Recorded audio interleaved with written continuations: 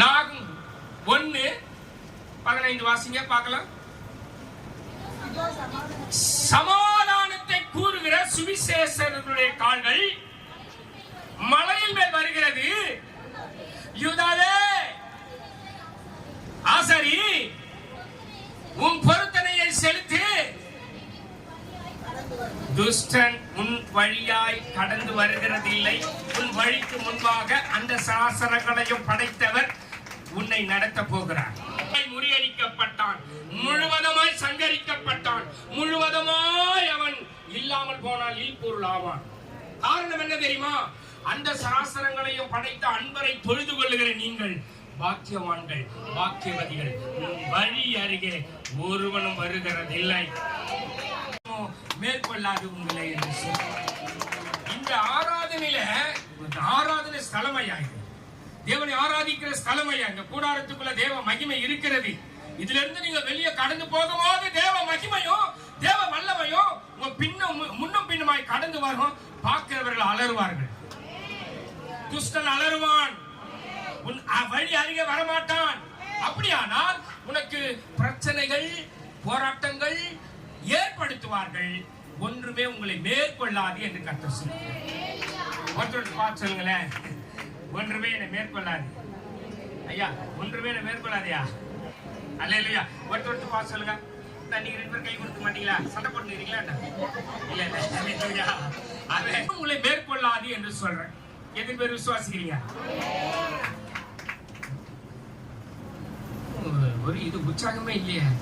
ஒன்று உங்களை மேற்கொள்ளாத எவ்வளவு பேர் சந்தோஷங்க ஐயா. உங்களை மேற்கொண்டு கொண்டு இருக்கிறது, அது மேற்கொள்ளாமல் போகுது அப்படி என்று சொல்ல மாட்டாங்க. உங்களுக்குள்ள வர தேவையா? ஒன்றுமே உங்களை மேற்கொள்ளாது. உனக்கு விரோதமாய் யுத்தம் பண்ணுவார்கள், உனக்கு விரோதமாய் கலகம் பண்ணுவார்கள், உனக்கு விரோதமாய் எல்லா காரியத்தை செய்வார்கள். சூனியம் மாந்திரிகம் வைப்பார்கள், வளர்ச்சி அடையாதபடி தடுத்து நிறுத்துவார்கள்.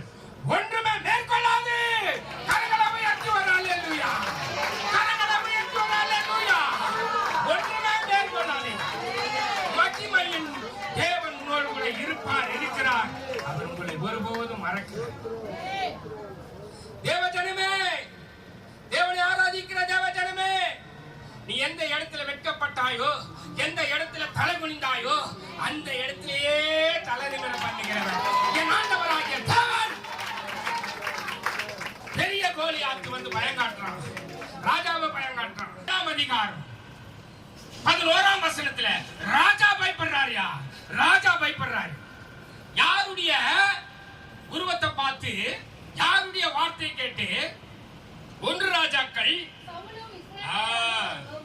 1 சாமுவேல் வாசிக்க கேட்போமே. சவுல் என்பவர் யாருமா? ராஜா பயப்படுறாரு. யாரை பார்த்து? ஒசரமா ஒருத்தன் வந்து நிக்கிறான், ஒசரமா வந்து நிக்கிறான். அவனை பார்த்து பயப்படுறாங்க எல்லாரும். அவன் சொல்ற ஒரு வார்த்தையை கேளுங்க, வாசிக்க கேட்போம். அது 11.